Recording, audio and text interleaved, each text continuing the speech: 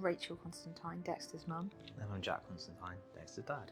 Dexter died on the 27th of July 2022 after trying to fight paramandial rhabdomyosarcoma for 2.5 years.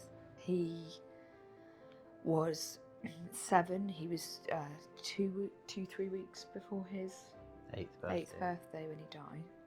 Yeah, it was quite a shock when he relapsed after 15 months of it being Inactive. It wasn't. Yeah, he had the proton radiation therapy during COVID up at the Christie, and we felt really lucky to get him into that because the 2 weeks after he was in that unit, the country shut down. Basically on December 5th, 2019, he was diagnosed after we'd had 4 days of the tumour growing out of one side of his nose on the right side. And at first it was kind of, we thought he had conjunctivitis. It was at the top of his eye was just a little bit gunky. It just looked a bit sore. And when we laid him on our knee to put the drops in, we noticed this blobby thing at the top of his nose. Inside his nose. Yeah, and we thought, oh, maybe that's a nasal polyp after Googling it, that kind of thing. And then the next day it was further down his nose, and I was like, oh. And then he had this almighty nosebleed on December 1st when we just put all our Christmas pyjamas on. And we were like, oh, we're going to have to go to the doctors on Monday. And when I went to the doctors, he was quite concerned, and he tried to get Dexter a scene at our local hospital in Poole that day. And they were like, well, it's the Christmas period, we can't get you until the Thursday. And I said, well, I can't send him into school with this thing growing out of his nose. And he looked so tired and he looked so pale.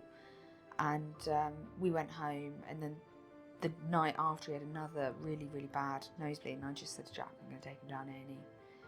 So we waited down there, and it was back and forth over the next 2 days where they basically thought he'd put Lego up his nose, and then they were reluctantly agreeing to scan, weren't they? And well, then the scan just showed quite an extensive large tumour had grown through the right side of his face at the back.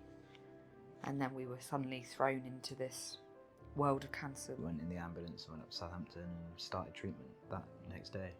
The night we arrived, they did an emergency surgery to put his ports in and take a biopsy. So there wasn't really any time to kind of process anything. And then suddenly they're saying to us, you've got to sign these forms, but there is a type of tumour that, if we cut into it, may start bleeding and he may not come out of the surgery.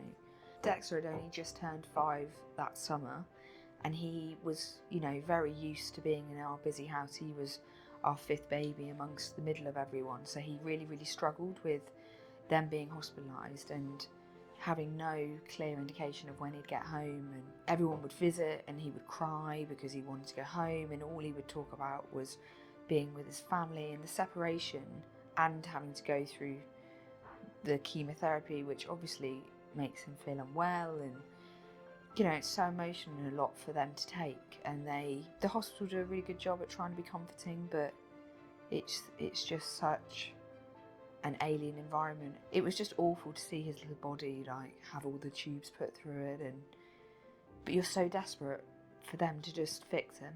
And he still had a lot of energy.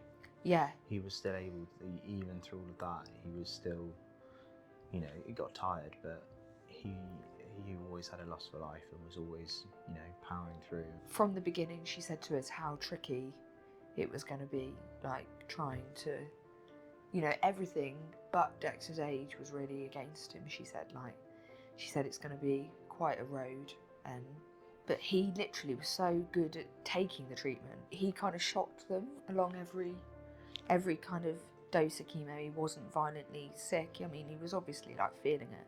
So many side effects from the treatment that it's even in those kind of the 3-week build up to the next cycle, you're still living with the side effects from the last cycle, and the mental toll of it as well. You're so desperate, you're looking for signs at all times that everything is going as it should be. You don't want to miss anything. Anything he said about his nose hurting, anything he said about his eyes hurting, you'd be like, oh, I'll email to make sure that the doctor knows that that's something that's going on. And you feel a bit kind of, you go from being I went from being quite a relaxed parent to being, I wouldn't say neurotic, but I was very like looking and making sure that there was nothing that I could miss. I wanted to make sure that there was nothing I could be held responsible for missing, you know, because I felt so responsible as a parent for not realising that tumour was growing inside his face in the first place. You know, discovering Alice's arc, it was a bit of a breakthrough, I suppose, in terms of support and understanding. I feel like you can speak openly and you can say things that you can't say to normal human beings because they don't understand. Like, you know, I can say to them, I'm having a terrible day today, and lay out how I feel, and it's like accepted. This group of people do not undervalue the individuals that our children were as individuals, not just members of their family, and then the family has to move on without them. I think the arcs have been huge in us being able to kind of find support, and then equally obviously the privilege of having Dexter's arc and setting Dexter's arc up, and the support that Alice's arc have given, all of that to be for us to find a way forward. To be given the opportunity to have an arc and be able to fundraise, and Jack's family have been able to do a non-animal testing branch of Alice's arc through Dexter's arc, meaning that we can help on a even larger scale. I spoke to Rach quite a lot about learning so much about the lack of research, what type of research was going on, what type of studies were happening, and because of my family background with Lush and with non-animal testing, like wanting at some point thinking I definitely want to work on being able to set up a non-animal testing based research project or understand that, and then obviously finding with Alice's arc that we are able to do that with Dexter's arc, and we're able to actually focus on a forward-thinking approach to research and treatment plans for children in the future, which is always tough because we would love for this to have been available for Dexter, but if we can do anything for future children based on our experience to change that, that's huge.